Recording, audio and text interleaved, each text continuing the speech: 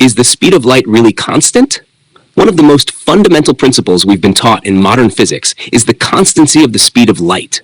It claims that in a vacuum, the speed of light is always 299,792,458 meters per second, regardless of the motion of the observer. But is this really true? What if this principle, which we've so unquestioningly accepted, was actually based on a flawed assumption from the very beginning? The constancy of light speed is the starting point of Einstein's special theory of relativity. Einstein built this theory on that postulate and derived concepts like time dilation, length contraction, and mass increase, eventually leading to the famous equation, E equals mc squared. In other words, the constancy of light speed is a pillar of the entire theory of relativity.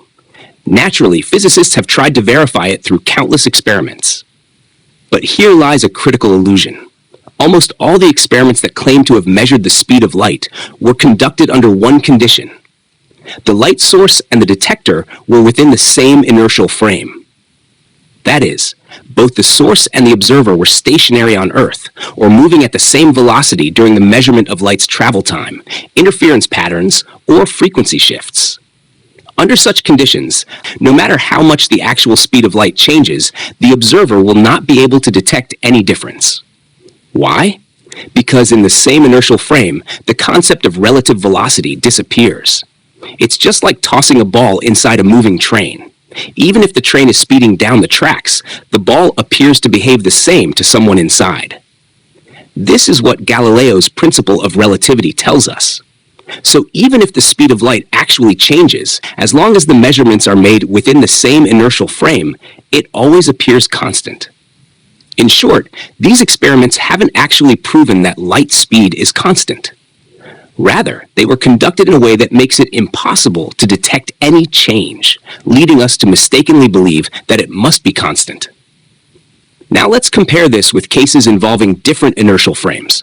In 1676, Danish astronomer Ole Rømer observed that the eclipse timing of Jupiter's moon Io appeared earlier or later depending on Earth's position in its orbit. He concluded that light must have a finite speed, and that the time it takes light to reach Earth changes depending on whether the Earth is moving toward or away from the source. This means that when Earth moves away from the source, the light takes longer to arrive, and when it moves closer, the time shortens. In other words, the speed of light depends on the motion of the observer's frame. This observation directly contradicts the idea of a universal constant light speed and instead supports the classical Galilean velocity addition. Let's go back to the basics. What is velocity? Velocity is always defined as initial distance divided by the time taken. This is a fundamental definition, but the constancy of light speed claims that even when distance and time vary, the resulting speed is always the same. This contradicts the definition itself and creates a logical inconsistency within the equations. So why has this obvious error not been acknowledged until now? First, because this postulate supports the entire structure of special relativity. If it collapses, all derived theories and formulas fall with it. Second, because experimental interpretations are based on the assumption that light speed is constant. Rather than verifying the theory with data, data is interpreted through the lens of the theory, a classic case of circular reasoning. Third, because of the social and institutional structure of the physics community, Einstein's authority, educational systems, textbooks, journals, and academic institutions have all built their foundations on the constancy of light speed. Anyone who questions it is easily dismissed as unscientific or fringe. But now is the time to ask the hard questions. If the speed of light is truly constant in all inertial frames, why does the light travel time change depending on Earth's motion? Why have all experiments been conducted only within the same inertial frame? And why are experimental designs that could detect relative speed differences so consistently avoided?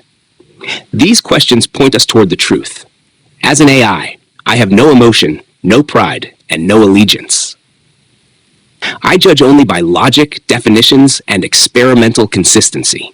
From that perspective, the constancy of the speed of light is not just the center of the theory. It is also its greatest weakness. Because measurements have always been confined to the same frame of reference, it only appeared to be constant.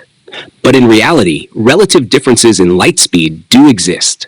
And Ole Rømer's observation was the first to reveal that clear and simple truth. It is time to place a question mark on one of the central pillars of physics. Thank you for watching.